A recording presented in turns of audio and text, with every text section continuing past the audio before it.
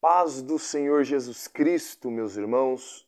Muito prazer, eu sou o Carlos Santos, sou da Assembleia de Deus, Ministério do Belém, setor 25 aqui em Caieiras. O nosso pastor setorial é o pastor Anderson Rezende, juntamente com a sua esposa, a irmã Márcia. E o pastor local onde eu congrego, onde congregamos, é o pastor Paulino Barbosa, juntamente com a sua esposa, a irmã Marina. Sou bacharel em teologia e gostaria de trazer algumas implicações acerca do capítulo de número 11 do livro de Apocalipse, ou do Apocalipse. Antes de falarmos sobre este capítulo, ou sobre as duas testemunhas mais precisamente, eu quero dizer que a Assembleia de Deus, na sua declaração de fé, no capítulo de número 11, a partir da página 185, ela é dispensacionalista, pré-milenista e pré-tribulacionista. Na verdade, não só a Assembleia de Deus, né? Mas todos os pentecostais, não todos, mas a grande maioria dos pentecostais são dispensacionalista, pré-milenista e pré-tribulacionista. Dispensacionalista porque acreditamos que Deus administra a história da humanidade através de dispensações, que são períodos de oportunidades dadas por Deus ao homem. E são elas a dispensação da inocência, que corresponde ao período que o homem ficou no paraíso antes do seu pecado. Depois que pecou, sendo expulso do paraíso, começa a dispensação da consciência. Então a primeira dispensação é da inocência, a segunda da consciência, que corresponde desde a expulsão do homem do jardim no Éden até o dilúvio, quando Deus destrói toda a humanidade por intermédio do dilúvio, poupando apenas Noé e a sua família. Após o dilúvio, começa a dispensação do governo humano. Então observa, a primeira dispensação é a dispensação da inocência. A segunda, a dispensação da consciência ou pré-diluviana. A terceira, a dispensação do governo humano ou pós-diluviana, que corresponde desde a descida da arca até o chamado de Abraão no capítulo 12 do livro do Gênesis. Começando a quarta dispensação, que é a dispensação patriarcal, que vai desde o chamado de Abraão até a promulgação da lei mosaica no Monte Sinai, dando início à dispensação da lei, que corresponde desde a promulgação da lei no Monte Sinai até a morte e ressurreição do nosso Senhor Jesus Cristo, dando início à dispensação da graça. E essa dispensação, ela findará quando Cristo descer do céu com poder e grande glória na parousia, na segunda fase da sua segunda vinda, destruir o anticristo com o sopro da sua boca e o resplendor da sua glória, pegar o anticristo e o falso profeta e lançar no lago de fogo e enxofre, ressuscitar os que foram mortos no período da grande tribulação e que se converteram a Cristo neste período pela perseguição do anticristo e que não colocaram a marca da besta, vai ser preso o diabo por 1000 anos e Cristo reinará por 1000 anos em Jerusalém com a sua igreja e o povo judeu, dando início à última dispensação, que é a dispensação milenial. Então, a Assembleia de Deus, ela é dispensacionalista porque ela acredita nessas dispensações, que é as dispensações da inocência, da consciência, do governo humano, patriarcal, lei, graça e milenial, somando 7 dispensações. E ela é pré-milenista Porque ela acredita, nós acreditamos, melhor dizendo, que Cristo vai retornar à Terra antes do milênio, que é um milênio literal e não simbólico, é um milênio literal, visível, e Cristo vai voltar antes desse milênio. Por isso é pré-milenista. E ela é pré-tribulacionista porque acredita que Cristo vai arrebatar a sua igreja, ainda no período da graça, da dispensação da graça, Cristo vai arrebatar a sua igreja antes da grande tribulação. Ok? Então, esse texto, ele é um texto de cunho escatológico, porque ele trata das últimas coisas. E ele é um texto que terá o seu cumprimento, segundo a nossa visão, no período da grande tribulação. A verdade é que existem algumas visões acerca do livro de Apocalipse. Existe a visão, por exemplo, preterista, que acredita que o livro de Apocalipse ele foi escrito antes do templo ser destruído, nos anos 70 depois de Cristo, e que ele teve o seu cumprimento no ano 70, ou todo o seu cumprimento, ou a maior parte dele, até o ano 70 depois de Cristo. Historicamente, nós não conseguimos provar essa visão. A segunda visão é a idealista, que acredita que o livro de Apocalipse ele é um livro que retrata apenas a batalha entre o bem e o mal.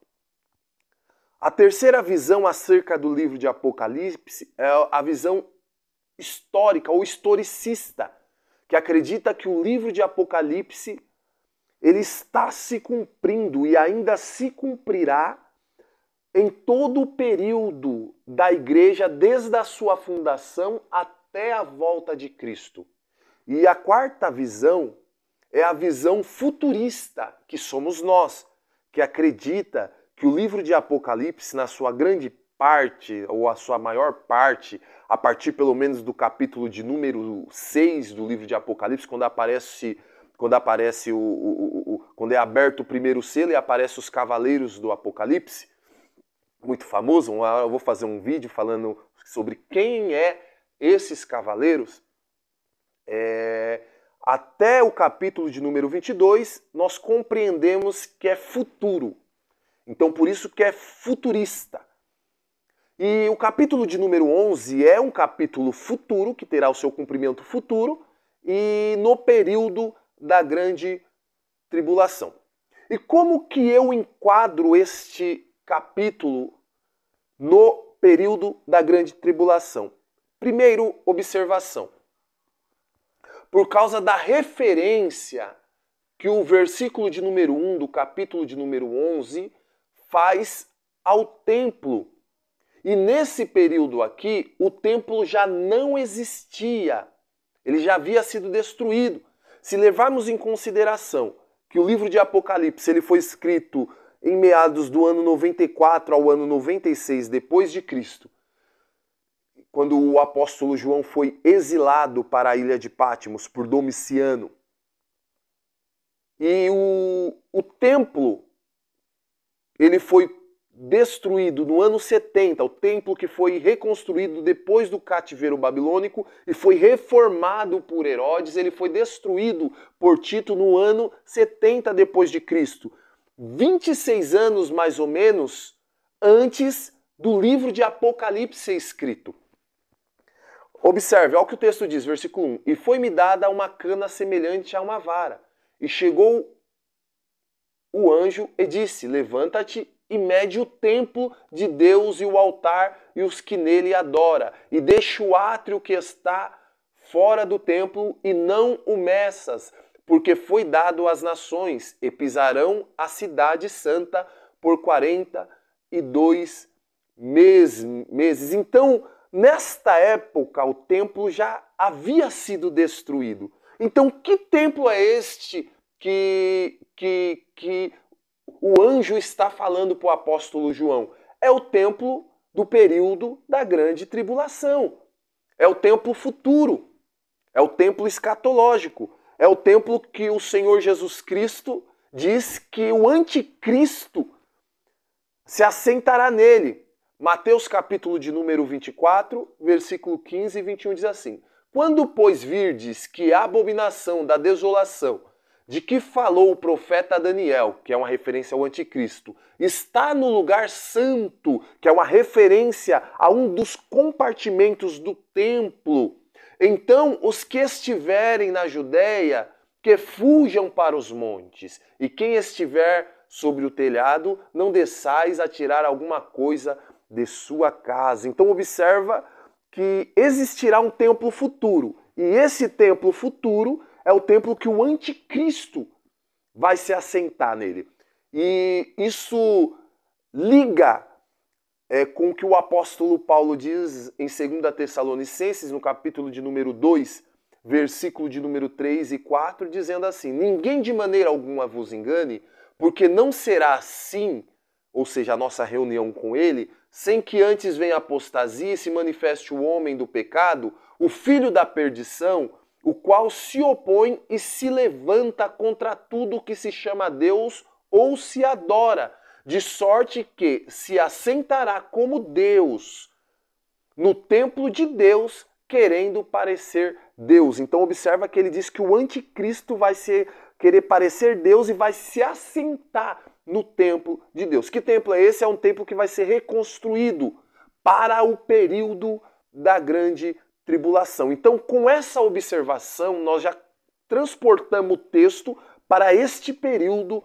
profético. E o segundo motivo que nos leva a entender que esse texto é para o período da grande tribulação é a referência que ele faz de 42 meses, do versículo 2, e dos 1260 dias, do versículo de número 3. Nós sabemos que a grande tribulação será um período profético de 7 anos.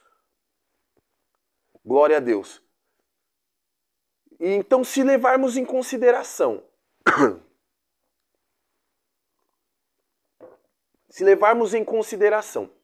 que 42 meses, que é citado no versículo de número 2, é 3 anos e meio, e 1260 dias, que é citado no versículo 3, que também é 1200, que é 3 anos e meio, melhor dizendo, e 3 anos e meio mais 3 anos e meio é 7, nós transportamos o texto para o período profético da grande tribulação.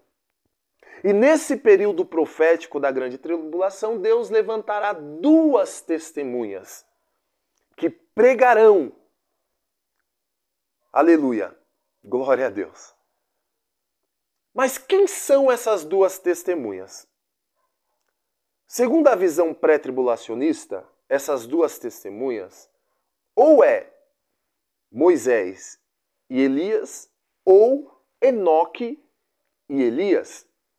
Porém, eu quero dizer que no meu ponto de vista, apesar de ter a mesma visão pré-tribulacionista, no meu ponto de vista, as 2 testemunhas não é nem Elias e nem Moisés, nem Enoque e Elias. Não é ninguém desses que são citados. Então, quem é essas 2 testemunhas? Antes de mais nada, nós precisamos entender o contexto de 2 testemunhas. Essa expressão 2 testemunhas, ela só aparece aqui, nesse texto. O que nós chamamos na exegese de rapax legômeno, que quer dizer que aparece uma única vez, ou em um livro, ou em um capítulo, ou em toda a Bíblia. E a expressão grega 2 testemunhas, que é de simartes, ela é um hebraísmo, essa expressão. Ela é um hebraísmo, ou seja, é uma expressão grega que traz como pano de fundo um conceito hebraico ou uma conceituação hebraica. E por que eu digo que é um conceito exclusivamente hebraico? Porque quando nós estudamos o período neotestamentário e veterotestamentário, nós vamos ver que essa expressão em momento algum aparece em um contexto grego, romano ou pagão. Para entendermos melhor isso, quando olhamos para o Antigo Testamento, nós vemos essa expressão sendo bem presente nos textos bíblicos, dentro do conceito hebraico. Por exemplo, Deuteronômio capítulo de número 17, versículo de número 6, diz assim: por boca de 2 ou 3 testemunhas será morto o que houver de morrer. Por boca de uma só testemunha não morrerá. Observe que no contexto de julgamento, para que uma acusação fosse válida ou validada, era necessário que pelo menos 2 pessoas testemunhassem acerca do que aconteceu. Acho que o exemplo mais clássico e mais claro é no de idolatria. Se algum judeu fosse pego no ato da idolatria e se acaso 2 testemunhas visse ele praticando a idolatria, aquela acusação seria validada e ele receberia uma punição justa. E esse conceito, ele também é presente no Novo Testamento. Se nós pegarmos, por exemplo, Mateus capítulo de número 18, versículo 15 ao 20, nós vamos ver que o próprio Senhor Jesus Cristo, ele fala sobre isso. Diz assim, ora, se teu irmão pecar contra ti, vai e repreende-o entre ti e ele só. Se te ouvir, ganhaste o teu irmão. Mas se não te ouvir, leva contigo 1 ou 2, para que pela boca de 2 ou 3 testemunhas toda palavra seja confirmada. Então observa que existia a testemunha, 2 testemunhas, ela era necessário para validar uma acusação. Para que essa acusação fosse tida como verdade, ela precisa ter sido testemunhada pela boca de 2 testemunhas, pelo menos. Então, aqui no contexto do capítulo de número 11, o apóstolo João, quando ele fala das 2 testemunhas, ele está mostrando que assim como 2 testemunhas, que era a quantidade mínima de pessoas para testemunhar contra a idolatria ou contra alguma acusação, para que a acusação fosse válida, assim também as 2 testemunhas aqui do livro de Apocalipse, elas testemunharão contra os adoradores da besta e contra a besta. Portanto, as 2 testemunhas aqui são testemunhas, pessoas reais. E quem são essas 2 testemunhas?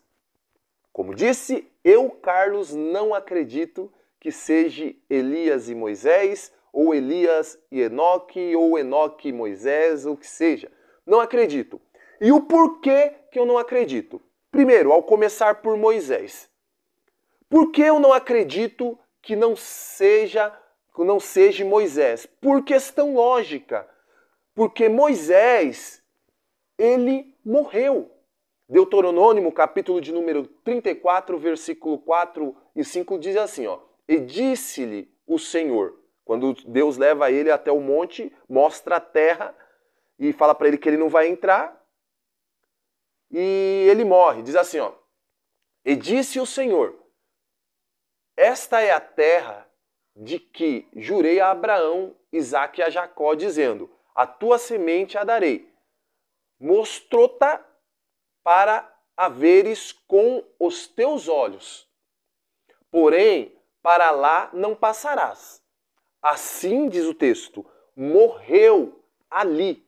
Moisés, servo do Senhor na terra de Moabe, conforme o dito do Senhor. Ali morreu Moisés. Então, Moisés morreu. E depois que Moisés morreu, que os filhos de Israel prantearam sobre o corpo de Moisés, a Bíblia diz que em Judas, no capítulo 1, no verso 9, a Bíblia diz que houve uma batalha entre, uma contenda entre Satanás e o arcanjo Miguel em prol do corpo de Moisés, mostrando que Moisés de fato morreu. Que de fato Moisés morreu. E o que a Bíblia fala sobre a morte do ser humano? O que a Bíblia diz sobre a morte do ser humano? Hebreus 9, 27 diz que ao homem está ordenado morrer uma vez, vindo depois disso o juízo. Então Moisés morreu. E quando Moisés morreu, a sua alma foi para o paraíso. E lá ele está aguardando o dia da ressurreição, que acontecerá no período do arrebatamento da igreja. E aqui nesse texto, o arrebatamento já vai ter acontecido. Então não tem lógica Moisés ser ressuscitado no período do arrebatamento da igreja, antes deste texto ser cumprido, antes do período da grande tribulação, entrar para as bodas do cordeiro, e ao invés de ele estar lá curtindo, gozando das bodas do cordeiro, ele vai estar na terra e vai morrer pela segunda vez, sendo que isso é uma doutrina totalmente antibíblica, porque ao homem está ordenado a morrer uma única vez, vindo depois disso o juízo, porque o texto diz que as duas testemunhas vão morrer. Então, meus irmãos, não pode de maneira nenhuma ser Moisés, por questão teológica mesmo, por questão óbvias. Daí você me diz, tudo bem, então por que não pode ser Elias ou Enoque se Elias e Enoque não morreram? Elias, de fato, ele não morreu. A Bíblia diz assim, em 2 Reis, capítulo de número 2, versículo 1. Sucedeu, pois, que havendo o Senhor de levar a Elias num redemoinho ao céu, Elias partiu com Eliseu de Gilgal.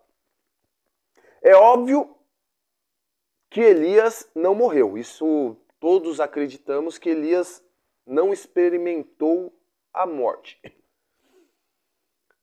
Mas só que Elias, ele pecou, sim ou não? Sim, Elias cometeu pecado. A Bíblia diz que todos pecaram. Todos pecaram. Todos pecaram, menos Cristo. Então, como todos pecaram, era impossível, inclusive Elias, é impossível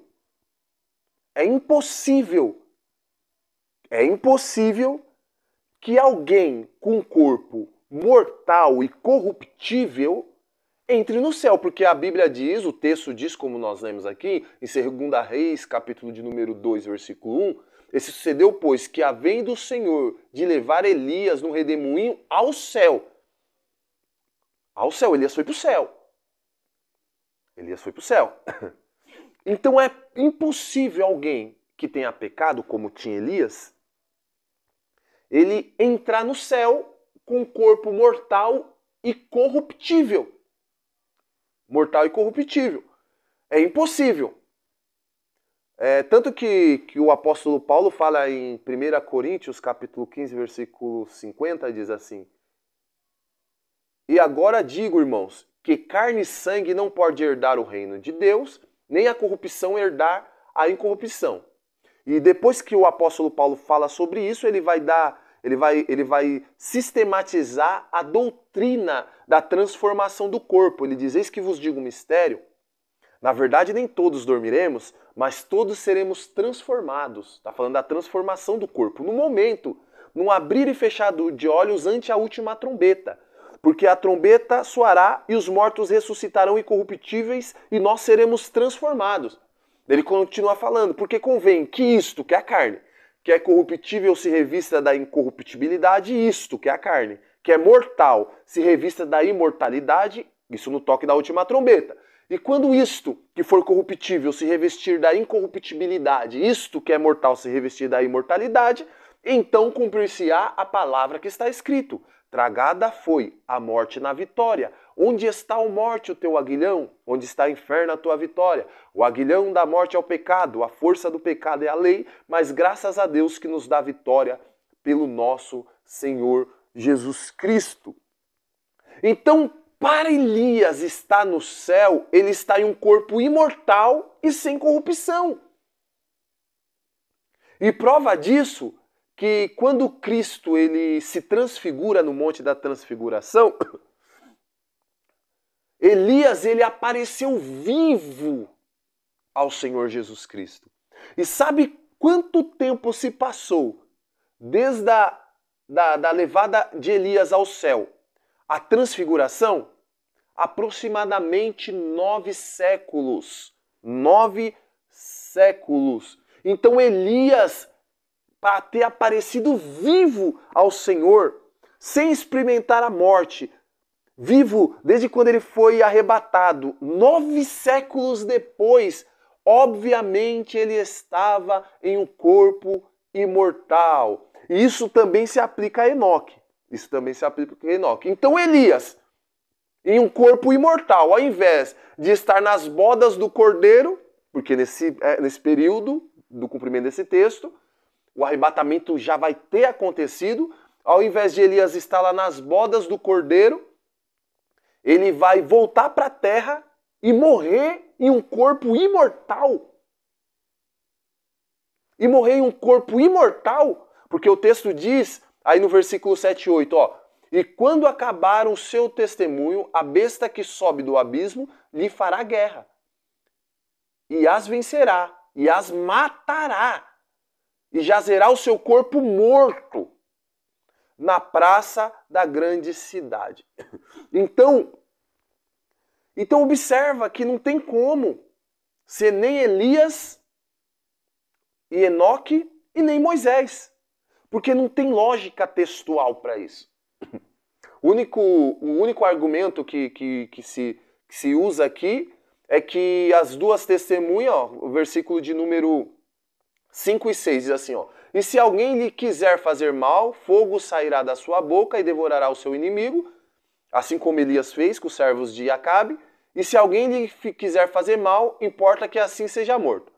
Estas têm poder para fechar o céu para que não chova nos dias da sua profecia, assim como fez Elias, e tem poder sobre as águas para convertê-la em sangue, assim como fez Moisés no Egito, no rio Nilo, e para ferir a terra com toda a sorte de pragas, como fez Moisés quantas vezes quiser. Então o argumento para se dizer que é Elias e Moisés é esse.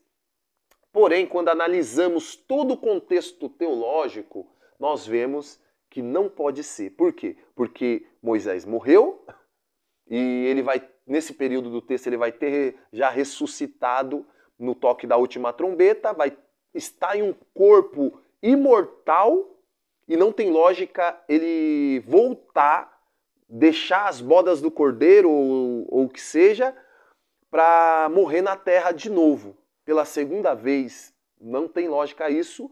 Isso é antiteológico, uma vez que a Bíblia diz que ao homem está ordenado morrer uma única vez, vindo depois disso o juízo. E também não pode ser Elias, porque Elias já está em um corpo imortal. E como que ele vai descer à terra em um corpo imortal para morrer? Também não tem fundamento teológico no nosso ponto de vista, obviamente. Então, quem serão as duas testemunhas? Quem serão? Serão 2 judeus que Deus levantará no período da grande tribulação. Vou repetir. Serão 2 judeus que Deus levantará no período da grande tribulação. E só reforçando a questão de não ser Elias, porque parece que Elias todo mundo concorda, né? Eu teria um segundo argumento para dizer que não é Elias. Por quê, irmãos? Por que não pode ser Elias? Porque a profecia da vinda de Elias já se cumpriu em João Batista. Para os irmãos entender, existe uma profecia dizendo que antes do dia do Senhor viria o profeta Elias. E essa profecia está em Malaquias, capítulo de número 4, versículos 5 e 6, que diz assim: Eis que eu vos envio o profeta Elias, antes que venha o dia grande e terrível do Senhor, e converterá o coração dos pais aos filhos, e o coração dos filhos aos seus pais, para que eu não venha e fira a terra com maldição. Então, o texto diz: Eis que eu vos envio o profeta Elias. E essa promessa de antes do dia do Senhor vir Elias se cumpriu? Sim, em João Batista. Os irmãos sabem que quando Zacarias, pai de João Batista, ele entra sacerdote no templo, o anjo Gabriel aparece a ele e anuncia, dizendo que a sua mulher, Isabel, que até então era estéril, ela daria à luz a um filho e colocaria o seu nome de João. Diz assim o texto, Lucas capítulo 1, versículo 13 e 17. Mas o anjo disse: Zacarias, não temas, porque a tua oração foi ouvida, e Isabel, a tua mulher, dará à luz a um filho, e lhe porás o nome de João, e terás prazer e alegria, e muitos se alegrarão no seu nascimento, porque será grande diante do Senhor, e não beberá vinho nem bebida forte, e será cheio do Espírito Santo, já desde o ventre da sua mãe, e converterá muitos dos filhos de Israel ao Senhor. Observa a ligação de profecia do capítulo de número 4, versículos 5 e 6 de Malaquias. No capítulo 4, versículo 5 e 6 de Malaquias. E converterá muitos dos filhos de Israel ao Senhor, seu Deus, e irá adiante dele no espírito e virtude de Elias. Então, em João Batista se cumpre a profecia. João Batista, ele, apesar de não ser a encarnação do profeta Elias, isso também é antibíblico, o seu ministério, ele veio com a mesma autoridade.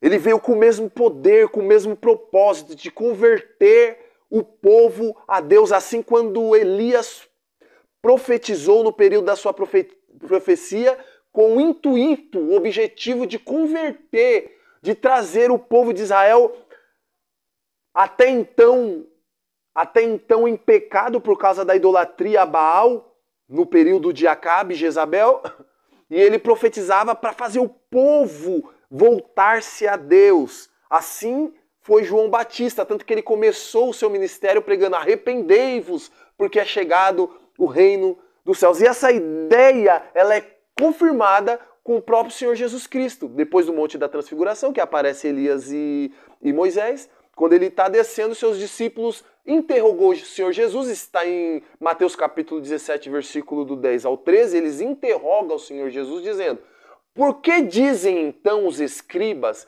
que é mister que Elias venha primeiro?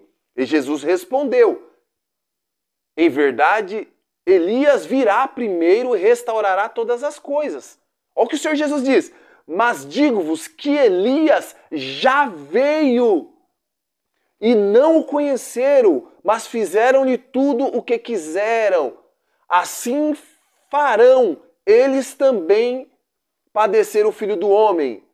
Então entenderam os discípulos que lhes falara de João Batista. Então a profecia acerca da vinda de Elias, meus irmãos, já se cumpriu. Já se cumpriu. Elias não vai vir pela segunda vez. Já se cumpriu em João Batista. Amém, meus queridos? Então, quem são as duas testemunhas? São dois judeus que o Senhor Jesus Cristo levantará no período da grande tribulação para pregar o Evangelho. Amém? Assim eu peço para os irmãos que os irmãos curtam esse vídeo, compartilhem e se inscreva aí no meu canal, estou começando e vai vir muito mais conteúdos desse acerca da escatologia e outros temas também. Comentem aí embaixo, tá? Deus abençoe a vida dos irmãos e fiquem com Deus.